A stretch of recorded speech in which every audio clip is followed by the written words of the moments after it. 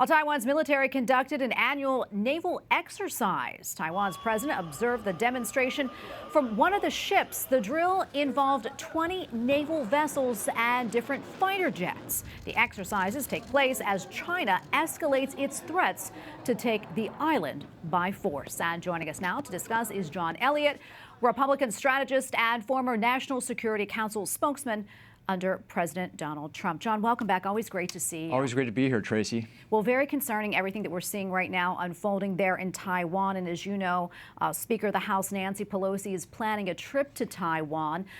That being said, China has really prompted some threats because of that. President Biden was asked about that the other week, and he said that the military doesn't want Nancy Pelosi to go over there. They don't think it's a really good idea. However, Republicans are backing her going to Taiwan. Your thoughts on that? Do you think she should go? Absolutely. This was a great move by normally Nancy Pelosi. There's not a single thing that Republicans like about what she's doing. But just yesterday, Newt Gingrich and a bunch of other leading Republicans said absolutely she should go to Taiwan, and that's good leadership on her side.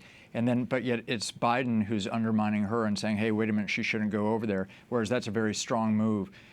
Some of us in the Republican Party have argued for an even more robust, even naval visits by the U.S. Navy to Taiwan and measures that would go even beyond that and would be seen possibly as provocative. But right now what it is the Biden administration is projecting weakness starting in Afghanistan a year ago, and then obviously in the Ukraine policy, and then with Putin deciding after looking at what happened in Afghanistan to invade Ukraine. And then now I know that President Biden is going to be talking to his counterpart, President Xi, next week, and we can talk about that in a bit. But the idea is that Xi sees weakness on what the West is doing with Ukraine and also what's going on in Afghanistan and that total debacle of an exit there. And so that type of a phone call that is going to be happening next week with Xi is going to basically be a one-sided dialogue, in other words, with Xi basically telling Biden what he is or is not going to do, and not vice versa. Yeah, and I'm curious too, with President Biden telling reporters last week the military, they don't want her to go. I don't think it's a good idea. Is that typical? Not at all typical. I mean, because this is, once again, we have strongly supported Taiwan, and this is a very strong move. Alex Azar, who was the HHS secretary under President Trump in the last year of the administration, he actually went over there himself as a cabinet member, and so that's a strong move. And so what we want to see here is we want to see projection of strength.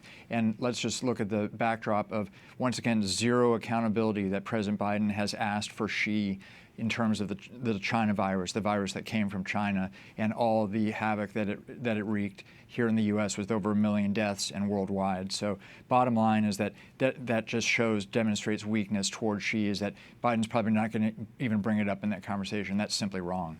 Former President Trump in Washington today, first time since leaving office. Talk to us about why he was here. I know you were at the event. I was at the event. I just came over from the event, and everybody was excited to see President Trump there. And what he's talking about is he's talking about the crime rate that has exploded under this administration, and you have weak policies on crime. And what he was talking about is what he would do and what others would do after 2022 if the Republicans retake the House, retake the Senate, being much tougher on crime and providing better safety for Americans in their cities. If you look at the Democrat-controlled cities across the board, if you look at the top 15 cities, there are huge spikes in the crime rate, and that's just, once again, that's wrong, and that's something that President Trump made sure to have his focus on that in his speech today, and it was a really welcome message. Yeah, and what do you think needs to be done to bring down the crime rates and make our cities safer? Well, we need to invest in our police instead of defunding the police, which is what has been done in some of those locales,